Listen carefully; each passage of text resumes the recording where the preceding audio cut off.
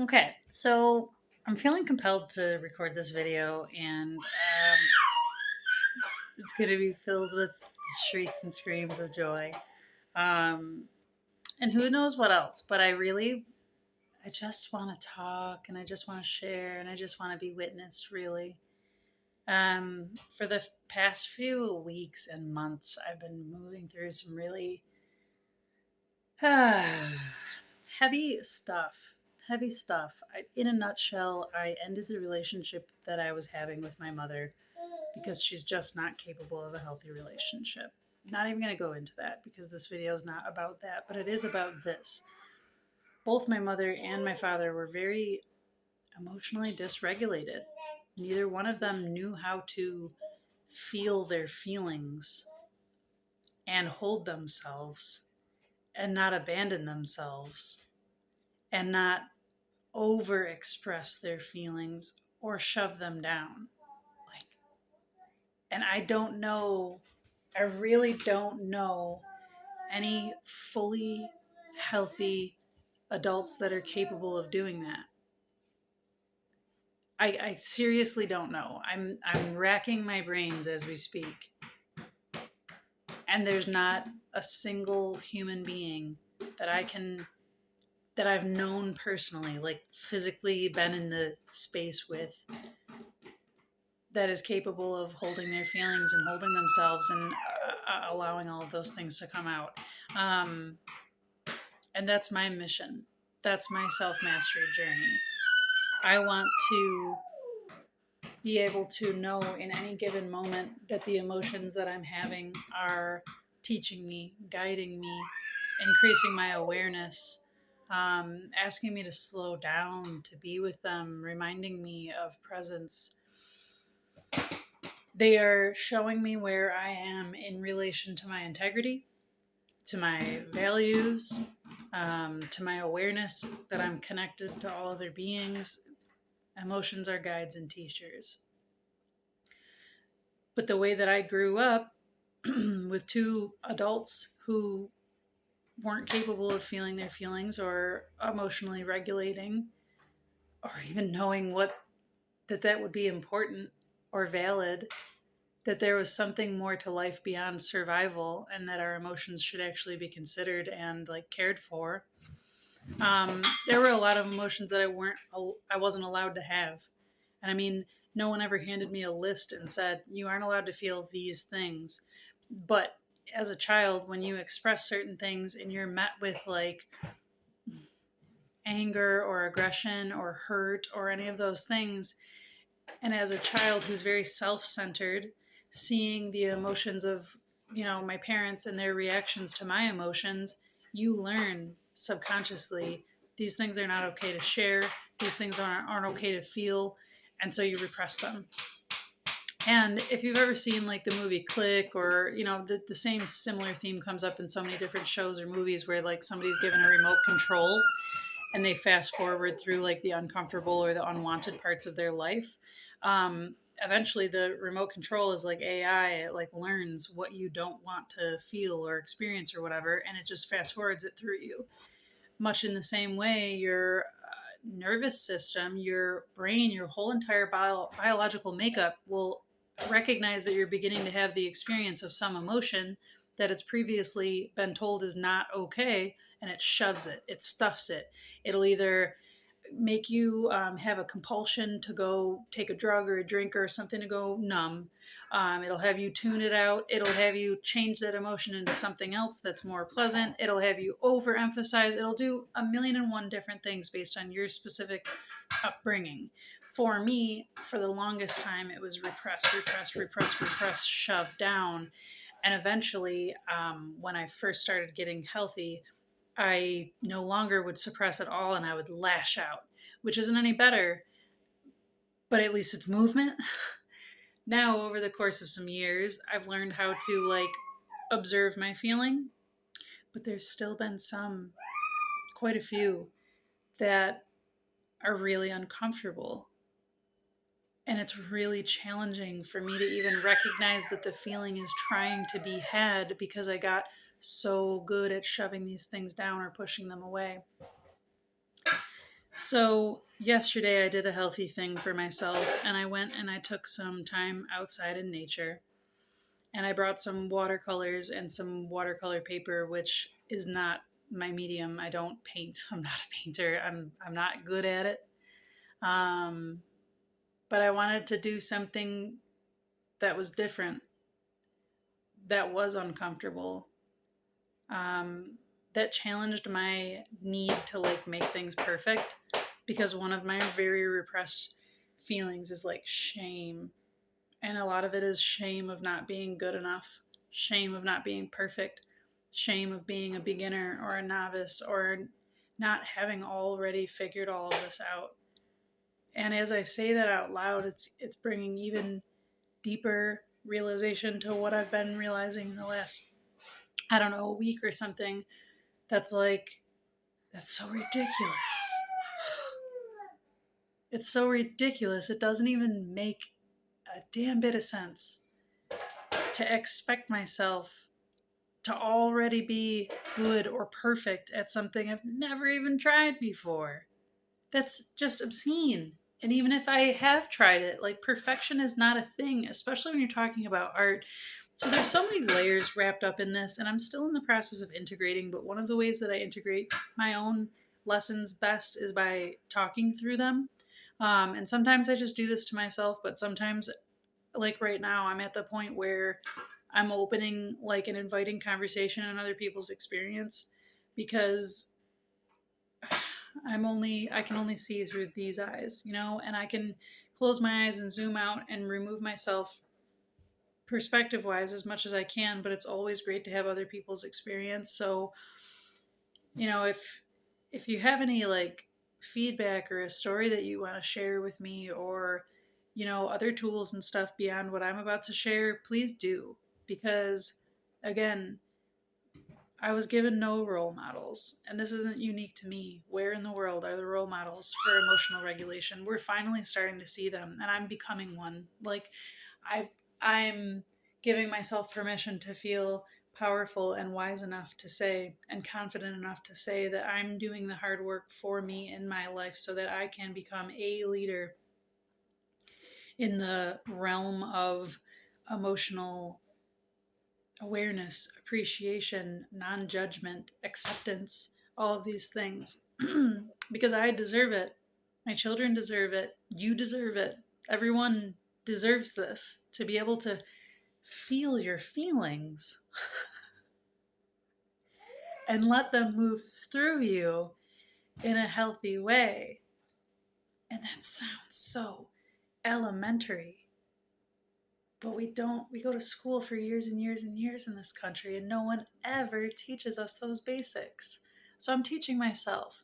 And so today I did a little project that was inspired in my heart, and I wrote out some permission slips for myself. Permission to feel rage. Oh, and of course, these are going to be backwards, but I like, in my messy little handwriting, I picked a color that went with each of these feelings, and I did like a little bit of some sort of image or symbolism or something that, like, that feeling. And I might shuffle these cards and like see which one wants to reveal itself. I'm gonna put a reminder up like in every room of my house that's like, remember your permission slips, so that when these things come up, it's not like it's not it's not permission. Oh, pause. No, no, no, no. Thank you.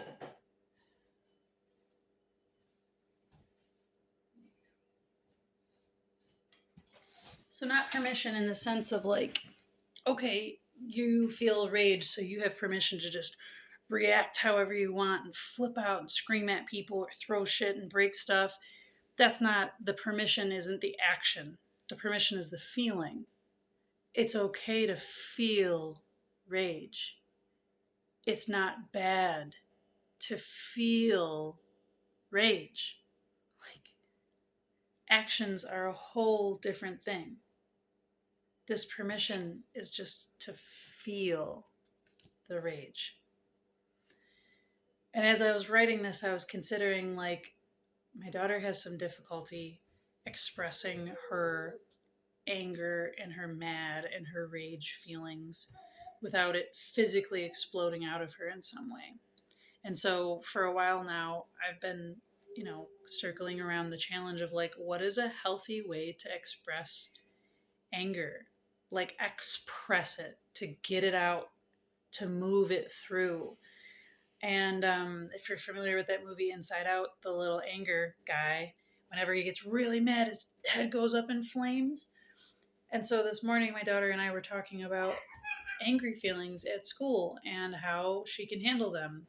And it was like, well, what if we imagine like breathing out all of our anger like we're blowing the fire off his head, like we're blowing out a candle? What if we are so mad and we and blow it like that? That's a good way to like move the force out of, and how many times can you do that in a state of rage before like you either laugh or you like have no more rage left and you can move into crying and into disappointment or whatever caused the rage, because rage generally is like an escalated emotion from like a long time of having to repress other emotions that would have maybe come as a primary emotion to rage. There's a whole process involved in that, but it's like I'm allowing myself to have the permission to feel these things, because if I don't know what they feel like stuck in my body, moving through my body, and clearing out of my body, how am I going to help my kids? How am I going to ever have any more peace for myself in life if I can't allow my feelings to come from within me, be felt, be held, be curiously, tenderly touched and allowed, permitted, and then let go of? This is what I'm here for. I'm learning. I'm here to step into the leadership of giving myself permission to feel all of the shitty, messy feelings that I'd rather not feel sometimes, like out of control or afraid of the unknown. And not just the shitty, messy ones either. Like allowing myself to feel things like this. Curious optimism. It can get better. It can get better. It can get better. It can get better than like, I have a roof over my head and I have beautiful, healthy children and a wonderful, supportive husband, and this whole life that like should mean that you don't have anything to complain about or whatever. But like when I have a minimal feeling of peace or when I'm repressing feelings and stuff like that, like, yeah, it could get better. It can get better. It can get even better. And I'm not selfish for wanting it to get better. Then, like, having my physical needs met, I can have my emotional needs met too. I can get my emotional needs met too. I give myself permission to feel curious optimism. I give myself permission to feel powerful. I wish I would have had this guy's arms a little bit straight up. There's my perfectionism, but like powerful. Like, yes, this is mine. Open hands. Like, I have the power to direct my will, to choose things, to change course. I can feel powerful. Permission to feel wise. Permission to feel electric. Sometimes, like this one, felt shamed because it was like too high of energy, and I can even see it. I almost feel shame saying this, and that's okay. I'm going to allow myself to feel the shame. I feel shameful saying that my daughter sometimes has so much energy that I would almost classify it as too much energy. Too much for my personal desire for ambiance at any given moment, perhaps. And that's fine, but that's not something that she needs to take on as a personal thing of like, that's a wrong way for her to feel. No, like, then it's my emotional responsibility to say, like, I see you're feeling so excited and electric right now.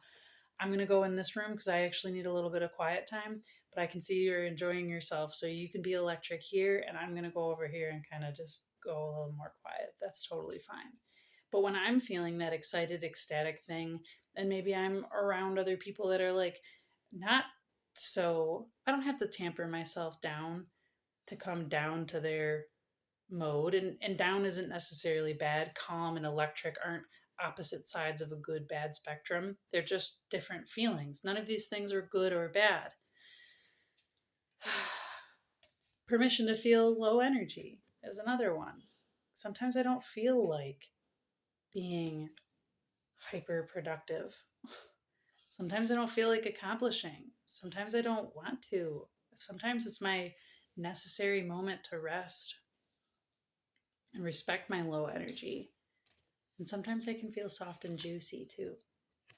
Sometimes I can feel soft and juicy, like, ooh, that's nice, without feeling shamed of like my mm, mm, deliciousness, the sensuality, the sexuality, the creative like flow of soft and juicy, where like something makes an imprint, like you're like imagine squeezing a peach and a little bit of juice runs out. That's like being inspired, that's like the universe putting a little pressure, a little bit of imprint, a little bit of impression, and the juice like that runs out is just like I just want to take that and do something with it.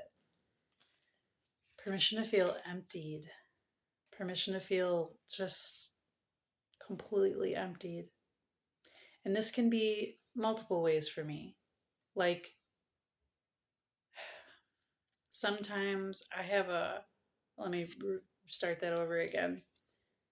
I'm almost always somewhere in a cycle of breaking down to break through.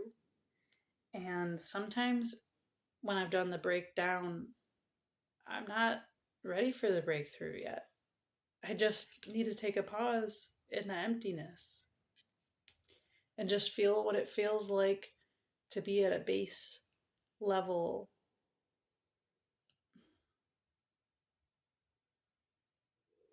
just observing, just there, or even a little tender.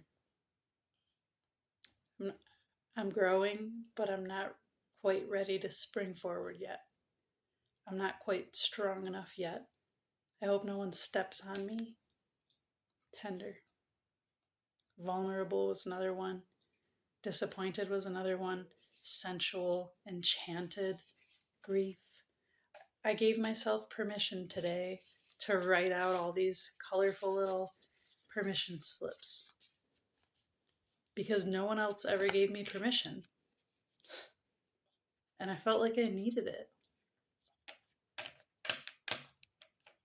And already I can feel the difference that it's making in my like willingness to show myself all of myself, in my willingness to like come back home to myself. It feels like I'm in a state of awareness here on the earth realm, performing soul retrieval just by writing these out, like calling portions of me that left when I wasn't allowed to feel these feelings, like calling portions of me back that had left when I wasn't allowed to feel. Like, oh, if my emotions are too big for you, then I'll just check out. And these parts of my soul just pieced out because they couldn't stand the repression. They couldn't stand the damaging effects of not being allowed. So they left me. And so writing out these cards and looking at them and drawing out the feelings and picking the colors and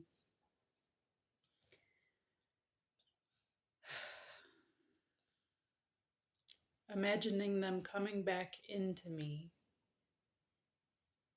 feels really empowering. Feels really like if I wasn't breastfeeding, I'd be sitting up a lot straighter. It's just hard the way that he is.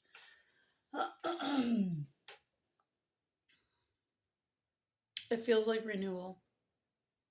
It feels like all of the inner child work and shadow work and mother healing and father healing and therapy and counseling and all of the things that I've ever done, it feels like a culmination of that, all of those processes put together for me to take the lead in my own life and to give myself permission to feel through these things, to give them names, to say them out loud.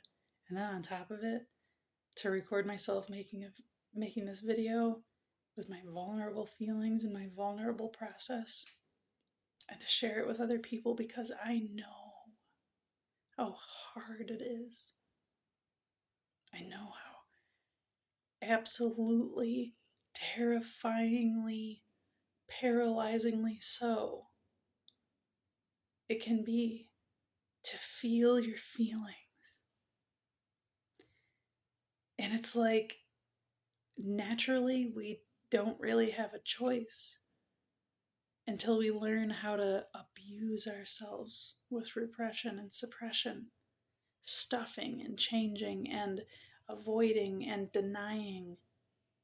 These are all separating tactics. And I don't want to be separate from myself anymore. I don't want to be separate from a feeling person. I want to be a feeling person. I love certain feelings, I love them. And I'm on a journey of self mastery to appreciate all feelings and to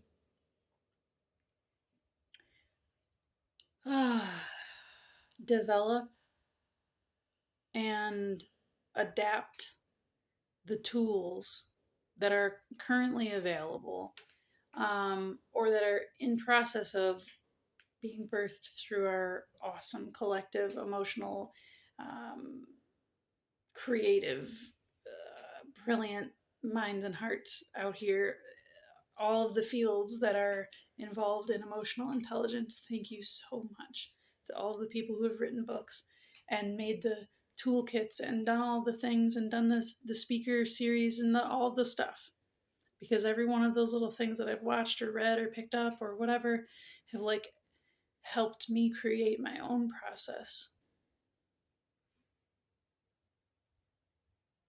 And you can read all those books, you can watch all those things, you can do all those stuff, and you don't have to create your own personal process. But the point is to have a personal experience with it. Because I've read in a book, I don't know how many times, it's okay to feel your feelings. And until I wrote these out for myself, like I've never felt this allowed before. I've never felt this permitted, this encouraged to be all of myself. So it's definitely a process I would recommend. It's something that I'm going to incorporate with my kids when I see them in their feeling state and not know how to deal with it.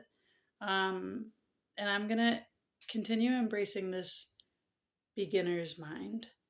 Like I just underwent a, a deep death of a huge part of me that was willing to stuff and shove down all these feelings because somebody else's were more important. And that version of me is dead now. And I'm in the void space of emerging into the new. And what I feel with this practice is that my like child self has sprung to life and is like over here. Like, come on, look at all this awesome stuff that's just popping up everywhere. All these new feelings we get to explore. Like, come on. And I'm so stoked for it. So, I'm starting a new feeling journey. One where I'm allowed to feel all of the things. Even and especially um, shame. Shame for some reason, like I wish I would have gotten here sooner. I feel like I should have gotten here sooner. I feel like had I known this or practiced this or done this a long time ago, I would have done a lot of things differently. Um, and that's okay. I didn't know what I didn't know when I didn't know it, and now I do. And I'm not ashamed to feel all of these feelings: rage, out of control, fear of the unknown, all of these things, because all of that is like the contrast that serves me to feel pride. Pride of like having taken steps in the right direction for myself emotionally. Pride of like having loved myself enough to stay alive this long, quite frankly, to make it to a point where I can have clarity of why I felt so depressed for so long. Because depression is just repression of all of these feelings. And now I don't have to feel that. I can spring forward and feel joy. I can spring forward and feel curious optimism about what's to come. Because if I was able to accomplish all of the things in my life that I was able to accomplish while not allowing myself to feel like a whole half of the spectrum of available emotions, imagine how well I can navigate when I'm actually allowing all of my feelings to surface and teach me and guide me and direct me and show me and hold me and support me and coach me.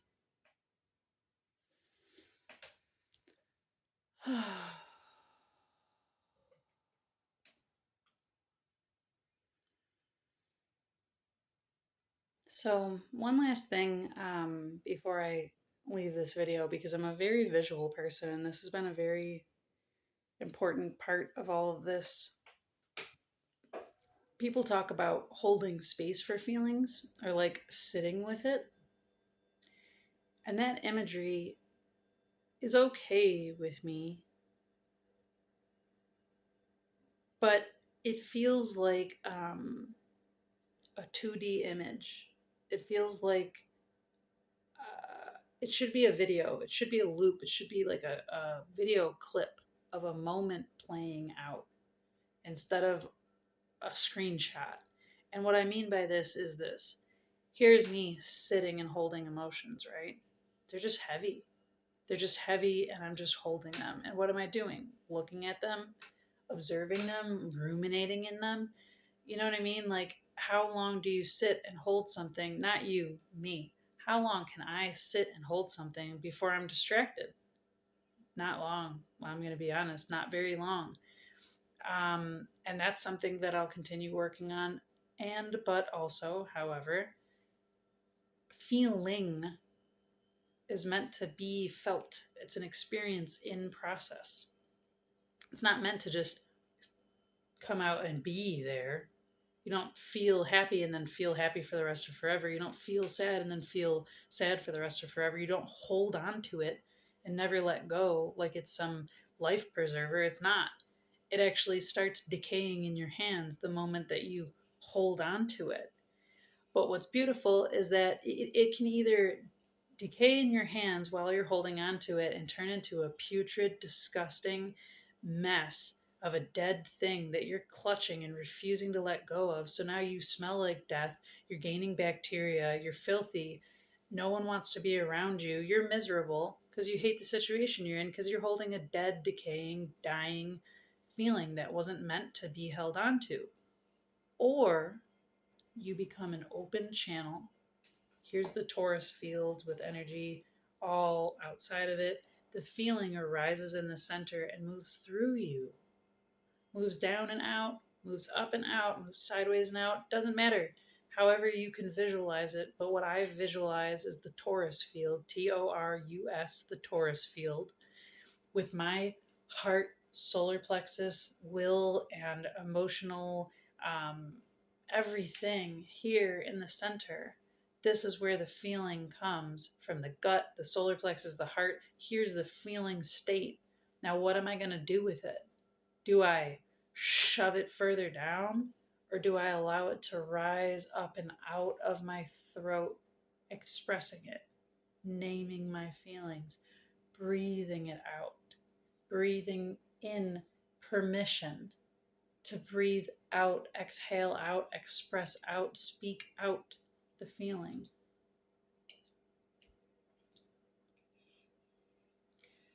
This is how I acknowledge the feeling. I see it. What's the color? Like, that's why I used all these different colors for different things. What's the color of the feeling? How does it come up to you? And you don't have to use my colors, my words, my feelings. Like, maybe you were allowed some of these feelings. Maybe you weren't. Maybe you have totally different feelings that you have. Maybe there's 45 of them. Maybe there's, who knows? It doesn't matter. It's irrelevant how I feel it. It's how you feel it, because you're the one that's having this experience.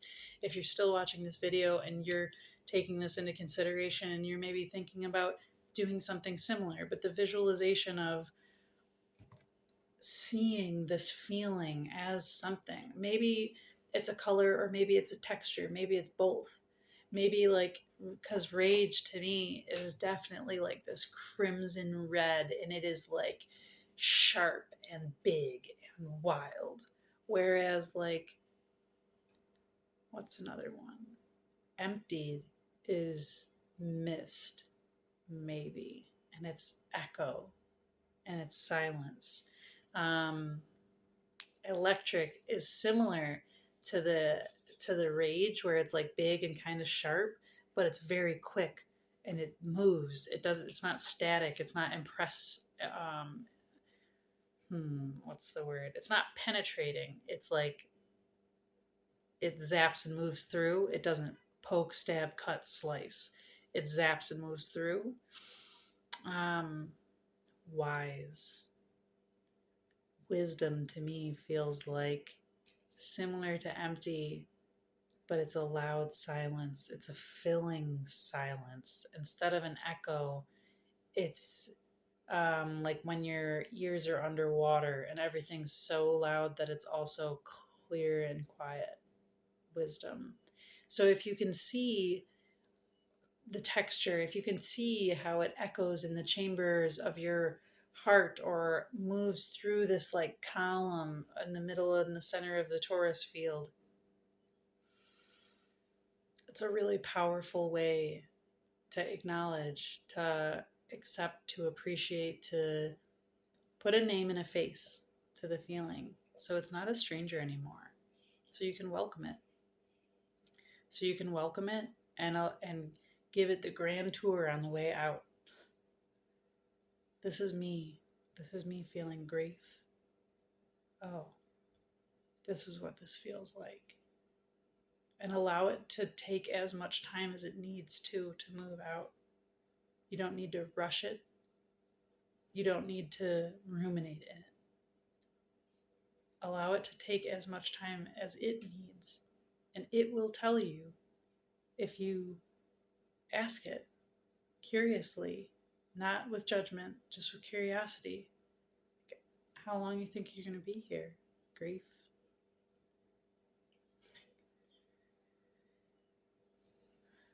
Are there more things that we need to grieve about? Or like sensuality. How long do you want to stay? You know, we can invite things in different ways and not resist them. We can appreciate the different emotions, the different feelings, for the different ways that they touch and move and guide us in our lives. Because if and when I don't, I become a fearful, paralyzed with fear, resentful, angry, reactional person. I'm not flowing with life. I'm not guided by goodness. I'm not enjoying. I'm not in joy. Because my joy knows that every other one of my feelings deserves a place at the table. deserves to be felt when they want to be. My joy knows that everyone is deserving. So I'm giving myself permission. And I hope you give yourself permission too. If you have any experiences or tools or tactics or sentiments or anything else that you want to share about this, I so welcome it. Again, in my bigness, in my wisdom, in my confidence, and in my power, I know that I'm walking a path of self mastery to become a leader in this vulnerable ability to share. And I'm also graced with the knowing that I am not alone. There are so many others, you gorgeous, beautiful souls that are walking vastly different, very similar paths to me. Because I believe that this is the next thing that will elevate humanity into more joyful creation and expansion. And if enough of us want that and are willing to do the hard work of allowing our feelings to move through, the world could be altered to a state where societies at large are more conducive to human beings experiencing and expressing the whole range of their emotions. And that's the world that I want to be living in. That's the world that I want to be raising my children in. So that's the culture that I need to create within myself, within my own home, within my communities and the people that I'm around. So I have to be brave enough to share these vulnerable messages that feel like I'm kind of going around in circles, not really saying anything, throwing out a whole bunch of imagery that maybe some people don't understand and worrying about. It doesn't matter. I don't need to worry about how other people perceive me, because at the end of the day, this is just me leading myself out loud in front of other people, if and when they choose to witness me. So thank you for watching. Thank you for witnessing. Thank you for being present to take in this message if you did. And I'm going to end it there. Take care.